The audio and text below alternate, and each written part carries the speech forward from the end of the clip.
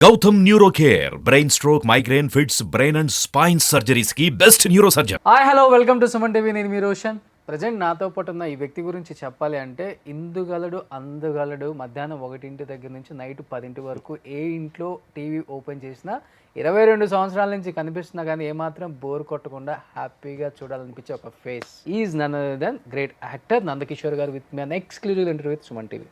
Hi Nandakishore గారు. Hi అండి. Hi. ఎందుకని ఓన్లీ సీరియల్సే చేద్దాం అనుకుని ఇండస్ట్రీకి వచ్చి సీరియల్స్ మీదే పడ్డారా, లేకపోతే నరసింహపురం ఏదో తీశారు కదా, గుర్తుంది నాకు. చేతులు కాల్చుకున్నారా, సేఫా? హానెస్ట్లీ స్పీకింగ్ ప్రాపర్ ప్లాన్డ్ గా నేను వెళ్ళలేదు. మీ టైంలో ఉన్న సీరియల్ యాక్టర్లు XYZ నేమ్స్ ఎందుకులే కానీ అందరికి తెలిసిందే, ఒక్కొక్కరు 50 కోట్లు 100 కోట్లకు సంపాదించారు. సో కాల్డ్ స్టార్లు అని చెప్తుంటారు కదా బుల్లితెరకి. అలా మీరే స్టార్ పెట్టుకోలేదా ఆ టైంలో? End of the day nothing is permanent అని నమ్మే ఇది సిద్ధాంతం నాది. ఈ సినిమా అప్పుడు ఎందుకు శ్రీ హనుమంత్ మీద ఏదో కామెంట్ చేయాల్సి వచ్చింది మీరు? ప్రమోషన్ కి తను టైం కేటాయించలేదు. Wow, this is your family. This is my family. పెళ్ళైతే ఓకే, పెళ్ళై అంత అమ్మాయిలు కూడా ఉన్నారా? లవ్ మ్యారేజ్ అండి మీది? నా లవ్ మ్యారేజ్. ఫస్ట్ మీరు ప్రపోజ్ చేశారా, మేడం మీ సీరియల్ చూసి ప్రపోజ్ చేశారా? ఫైనాన్షియల్గా ఏంటి సార్ ఇప్పుడు పొజిషన్, అంటే సినిమా తర్వాత? Are you happy? Not so happy. సొంత ఇల్లు ఉందా సార్? లేదండి. ఇన్ని సంవత్సరాల నుంచి చేస్తున్నప్పుడు కూడా ఎక్కడన్నా తప్పిదం అంటే జరిగి ఉంటుంది కదా? నేనేమి మానవాతీతుడిని కాదు. టెలివిజన్లో సో కాల్డ్ హీరోగా చేసిన అందరూ వెల్ ఎస్టాబ్లిష్డ్ అని అనుకుంటే పొరపాటు. హానెస్ట్గా చెప్పాలంటే టెలివిజన్లో ఎవరు సక్సెస్ఫుల్ అంటే anchors. Hi hello welcome to Suman TV. నేను మీ రోషన్. ప్రజెంట్ నాతో పాటు ఉన్న ఈ వ్యక్తి గురించి చెప్పాలి అంటే ఇందుగలడు అందగలడు. మధ్యాహ్నం 1 దగ్గర నుంచి నైట్ 10 వరకు ఏ ఇంట్లో టీవీ ఓపెన్ చేసినా 22 సంవత్సరాల నుంచి కనిపిస్తున్నా కానీ ఏమాత్రం బోర్ కొట్టకుండా హ్యాపీగా చూడాలనిపించే ఒక ఫేస్ ఇప్పటికే అర్థమై ఉంటుంది. చాలా తక్కువ మంది ఉంటారు, వేల మీద లెక్క పెట్టవచ్చు. ఒక 5-6 ఉంటారు ఆర్టిస్టులు ఒక 20 సంవత్సరాల నుంచి బుల్లితెరను వేలుతున్న వాళ్ళు. ఆ ఏలుతున్న వాళ్ళల్లో ఈ రాజు ఒక రాజు అనమాట. Is none other than great actor Nandakishore గారు with me an exclusive interview with Suman TV. Hi Nandakishore గారు. హాయ్ అండి. హాయ్. నిజంగా చెప్పాలంటే మేము ఇంతప్పటి నుంచి మా ఇంట్లో వాళ్ళ టీవీ పెడితే చూసేవాళ్ళం మిమ్మల్ని. దూరదర్శన్ దగ్గర నుంచి ఉన్నారు. ఇప్పుడు దూరదర్శన్, జెమిని, ఈటీవీ, మా టీవీ, ఆ టీవీ, ఈటీవీ, జీటీవీ, ఏటీవీ, సొంత టీవీ పెట్టుకున్నా కానీ మేమే యాక్ట్ చేసుకుంటాం. ఇంత ఎనర్జీగా ఉన్నాం, ఇంత యంగ్గా ఉన్నాం అని ఎలా ఉన్నారు ఇప్పుడు కూడా? అండ్ ఆల్మోస్ట్ ఇండస్ట్రీకి వచ్చి 25 ఇయర్స్ అయిపోయిందా? లేదండి, 23 ఇయర్స్. 23 ఇయర్స్ అయిపోయింది. ఏమనిపిస్తుంది బ్యాక్ వెళ్ళి చూసుకుంటే? నీ అమ్మ ఎలాంటి జీవితం! డెఫినెట్గా మనం ఉన్న స్టేజ్ నుంచి ఈరోజు ఇక్కడున్న స్టేజ్కి భగవంతుడి దయ వల్ల, with god's grace and of course అందరి అభిమానం వల్ల ఈ స్థాయి వరకు రాగలిగాం.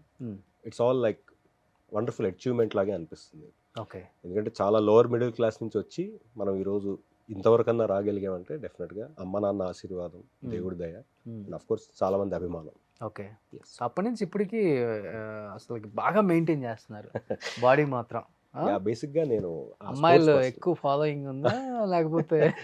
అమ్మాయిల ఫాలోయింగ్ గురించి తెలియదు కానీ నేను I'm sports person. Okay. I represented Osmania university volleyball. Okay. So కంటిన్యూస్గా 3 ఇయర్స్ ఆడాను వాలీబాల్. ఆ తర్వాత క్రికెట్ కూడా సైమల్టేనియస్. మన CCL తలుక్కుమంటారు అప్పుడప్పుడు. CCL is one of the biggest achievement నా లైఫ్లో. ఓకే. ఎందుకంటే పెద్ద పెద్ద సినిమా స్టార్స్ తోటి కలిసి అసలు ఎప్పుడు అనుకోలేదు. దట్ వాజ్ ఎ డ్రీమ్ యాక్చువల్గా. బట్ ఫార్చునేట్లీ నాకు అవకాశం వచ్చింది అప్పుడు. 2011 నుంచి I'm still continuing. I'm playing CCL also. ఎలా సార్, బ్యాటింగ్ బాగా చేస్తారా? బేసిక్గా ఐఎమ్ ఆల్రౌండర్. బట్ ఎక్కువగా మా టీంలో నేను బౌలింగే ఎక్కువ ఉపయోగిస్తూ ఉంటారు. అవును, ఎందుకంటే మా టీంలో చాలా మంది బ్యాట్స్మెన్స్ ఉన్నారు కదా, చాలా మంది ఆల్రౌండర్స్ అండ్ బ్యాట్స్మెన్స్. CCL మటుకు చాలా బాగా one of the best player మీరు కూడా. Thank you. మీరు కానీ, తరుణ్ కానీ, అఖిల్ కానీ, అసలుకి ఇంకా ఒక ఇద్దరు ఉన్నారు నాకు బాగా నచ్చుతారు, ఆదర్శ్ ఒకడు.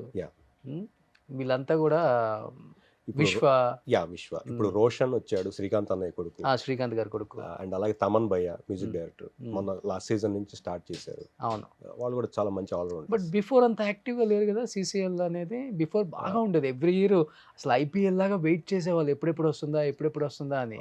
కరోనా ముందు వరకు కొంచెం యాక్టివ్గా ఉండింది. Corona before year and corona తర్వాత ఇయర్ కొంచెం డల్ అయింది. బట్ మొన్న ప్రీవియస్ ఇయర్ 22లో ఎండింగ్లో మళ్ళీ బాగానే అయింది. ఓకే, ఈ నెక్స్ట్ 24 ఫిబ్రవరి నుంచి మళ్ళీ స్టార్ట్ అవుతుంది. ఫస్ట్ మ్యాచ్ దుబాయ్లో ఉండొచ్చు.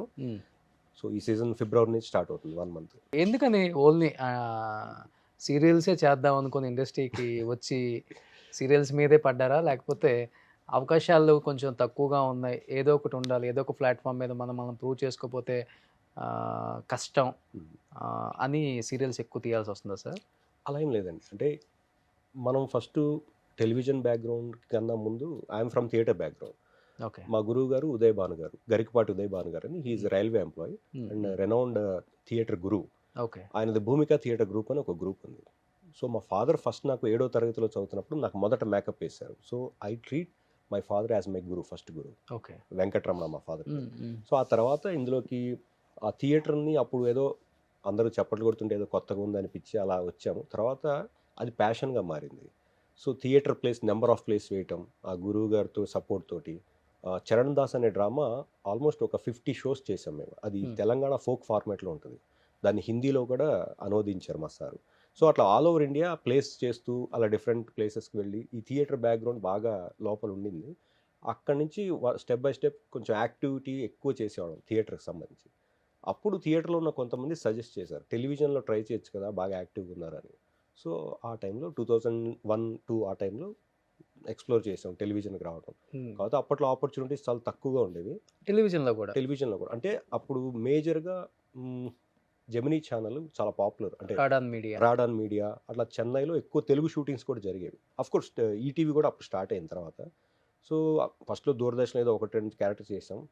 సో అలా థియేటర్ చేస్తున్న టైంలోనే మనకి కొంతమంది ఫ్రెండ్స్ సజెస్ట్ చేయడం వల్ల టెలివిజన్కి వచ్చాం. టెలివిజన్ వచ్చిన తర్వాత అంటే మనకు అక్కడున్న స్థాయి నుంచి ఈ స్థాయిలో పడ్డం, అరే బాగుంది అనుకున్న ఇదిలో ఆపర్చునిటీ లక్కీగా 1 by 1 వచ్చినాయి. ఎందుకంటే బికాజ్ థియేటర్లో యాక్టివ్ ఉండటం వల్ల స్పాంటేనిటీ ఒకటి, స్టేజ్ మీద స్కిట్స్ చేయటం. నేను నా ఫ్రెండ్ రమేష్ అని ఉండేవాడు, అతను నేను యాంకరింగ్, స్కిట్స్, కామెడీ స్కిట్స్ ఇలాంటివన్నీ చేస్తూ ఉంటాం. అందరూ కన్ను మా మీద పడేది. అప్పుడు తమ్మారెడ్డి భరద్వాజ గారు ఒక సీరియల్ చేశారు, మా టీవీ అప్పుడే కొత్తగా స్టార్ట్ అయింది, స్వాతి అనే సీరియల్లో నాకు అతనికి ఛాన్స్ ఇచ్చారు. సో అక్కడి నుంచి చిన్న చిన్న క్యారెక్టర్స్ చేస్తూ, సపోర్టింగ్ రోల్స్ చేస్తూ అలా ఆపర్చునిటీ వచ్చింది. తర్వాత చెన్నైలో రాడాన్ మీడియా రాధిక గారి దాంట్లో సూర్యవంశం అనే ఒక సీరియల్ చేసాం. అలా 1 by 1 ఆపర్చునిటీ వస్తూ ఇంకా టెలివిజన్ ఎంత బిజీ అయిపోయామంటే సినిమా వైపు వెళ్ళాలా అన్న ఆలోచన కూడా లేకుండా అయిపోయింది. ఎందుకంటే నెలకి అప్పట్లో 25-30 రోజులు వర్క్ చేస్తుండేవాడిని. సో దానివల్ల ఇంకా సినిమా వైపు ఊహ కూడా వెళ్ళలేదు. బట్ అల్టిమేట్గా ఎవరికైనా సినిమానే గోల్. ప్రతి యాక్టర్కి అల్టిమేట్గా పెద్ద స్క్రీన్ మీద చూసుకుందామని ఉంటుంది. అలాగే ప్రయత్నం మధ్యలో అంతగా చేయలేదు. అడపాదడపా చేశారు కదా? చేశాను, అడపాదడపా చేశాను. 2009లో హీరో నితిన్ తోటి ద్రోణ అనే సినిమాలో అతనితో సైడ్ క్యారెక్టర్ చేశాను ఆల్మోస్ట్. అలా అప్పుడప్పుడు అడపాదడపా చేశాను. అది కూడా నేను వెళ్ళలేదు, ఆపర్చునిటీ వచ్చింది, అప్పుడు చేశాను. కానీ మనసులో ఎక్కడో లోపల ఉండిపోయింది, సినిమాలో చేస్తే చాలా మంచి రోల్ చేయాలి, పెద్ద రోల్ చేయాలి, వీలైతే హీరోగా చేయాలని ఆశ అందరిలాగే నాకు కూడా ఉండింది. బట్ అవకాశం ఎప్పుడూ రాలేదు. తర్వాత నేనే ఒక సొంత ప్రయత్నం చేశాను. నరసింహపురం ఏదో తీశారు కదా, గుర్తుంది నాకు. అది 2021 జూలైలో రిలీజ్ చేశాం. దానికి ఒక పెద్ద స్టోరీ. మళ్ళీ చేతులు కాల్చుకున్నారా, సేఫా? హానెస్ట్లీ స్పీకింగ్ చేతులు కాల్చుకున్నాము. ఎందుకంటే అది కమర్షియల్ హిట్ కాదు, బట్ ఒక ప్రయత్నం. అంటే నా వరకు నేను దాన్ని ఒక చిన్న అచీవ్మెంట్ లాగా ఫీల్ అవుతాను. ఎందుకంటే ఎవరి సపోర్ట్ లేకుండా మా ఫ్రెండ్ డైరెక్టర్ శ్రీరాజు నేను కలిసి చేసుకుని 2019లో స్టార్ట్ చేసిన ప్రాజెక్టు అక్కడ ఆగుతూ 2020లో కరోనా వల్ల మొత్తం ఆగిపోయి మళ్ళీ 20 ఎండింగ్లో స్టార్ట్ చేసి 21 జూన్లో రిలీజ్. అంటే ఒక సినిమా చేయడానికి 3 సంవత్సరాలు పట్టింది నాకు, నా స్థాయికి. So but end of the day release చేయగలిగాం. ఆల్మోస్ట్ ఒక 100 థియేటర్స్లో రిలీజ్ చేసాం. బట్ అప్పుడు కరోనా సెకండ్ వేవ్ అయిన తర్వాత థియేటర్స్ అప్పుడే ఓపెన్ అవ్వటం వల్ల ఎవరు చూడలేదు సినిమాని. బట్ చూసిన కొంతమంది కావచ్చు బాగుంది, బాగా అటెంప్ట్ చేశారని చెప్పారు. ఆ సినిమాలో సాంగ్స్ నిజంగా చాలా బాగుంటాయి, హార్ట్ టచింగ్గా ఉంటాయి. ఎప్పుడైనా వ్యూవర్స్ ఇంట్రెస్ట్ ఉంటే అమెజాన్ ప్లాట్ఫామ్లో ఉంది, చూడొచ్చు. అంటే సంపాదించుకున్న 10 రూపాయల సినిమా కోసం పెట్టాల్సి వచ్చిందా, లేకపోతే బయట నుంచి వడ్డీలుగా తెచ్చి అప్పులు పోలవాల్సి వచ్చిందా? హానెస్ట్‌గా సంపాదించింది పెట్టాము. బయట నుంచి వడ్డీలు కూడా తెచ్చాము. ఎందుకంటే ఐ అగ్రీ దట్ నేను ప్రాపర్ ప్లాన్డ్‌గా నేను వెళ్ళలేదు సినిమా పరంగా. అప్పటిదాకా లైఫ్ హ్యాపీగా ఉంది. ఎందుకంటే మా ఫోర్ ఫాదర్స్ ఎవరు బ్యాక్‌గ్రౌండ్ లేదు. మనకి ఆస్తులు కూడా లేవు హానెస్ట్‌లీ. ఇప్పటికి కూడా నేను క్రియేట్ చేసుకోలేదు. ఓకే. కానీ ప్యాషన్‌తో ఔట్ ఆఫ్ ప్యాషన్ ఏదో ప్రూవ్ చేసేసుకుందాం అనే తపనలో 100% ప్లాన్ చేయలేదు. అంటే ఇది నెక్స్ట్ స్టెప్ ఏమవుతుంది? ఎంతవరకు వెళ్తుంది? ఎందుకంటే చాలామంది నాలాగే ఇండస్ట్రీలో ఏదో చేసేద్దాం, ఏదో ప్రూవ్ చేసేద్దాం అని అంటే అనుకుంటారు. కొత్త వాళ్ళకంటే ఉంటే ఉండొచ్చు సార్ ఆ మోజు. అవును. మీరు ఆల్రెడీ వచ్చి 23 ఇయర్స్ అయిపోయింది కదా! యెస్. కరెక్ట్ మీరన్నది. ఎందుకంటే ఇప్పుడు ఇక్కడ హ్యాపీగా వెళ్తున్న ఇదిని అలాగే వెళ్ళిపోవచ్చు కదా అని అందరికి అనిపిస్తుంది. కానీ నాకేమనిపించిందంటే ఇలా ఎంతకాలం మొనాటనస్ అంటే టెలివిజన్ ఇండస్ట్రీలో దాదాపు 15-20 సంవత్సరాలు మొనాటనస్ వర్క్ చేస్తూ ఉండి ఏదో చేద్దాం కొత్తగా ప్రయత్నం చేద్దామని ఆ సినిమాలో గుండు కూడా కొట్టించుకున్నాను ఒరిజినల్‌గా. సో అంత అటెంప్ట్ ఎందుకు చేశానంటే అఫ్‌కోర్స్ కమర్షియల్‌గా ప్లానింగ్ లేదు. 100% లేదు.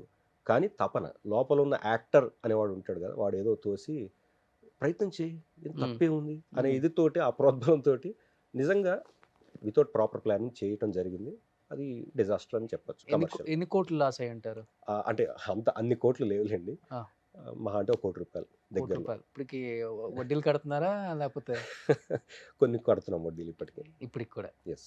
ఏమన్నా డిప్రెషన్‌లోకి వెళ్ళారా ఆ టైంలో కొంచెం? డిప్రెషన్ వెళ్ళలేదు కానీ గుణపాఠం లాగా తీసుకున్నాను దాన్ని. ఎందుకంటే డిప్రెషన్ అయిపోతే మనల్ని నమ్ముకున్న ఫ్యామిలీ మెంబర్స్ లేదా మనకున్న ఫ్యామిలీ అందరూ ఫంబుల్ అయిపోతారు.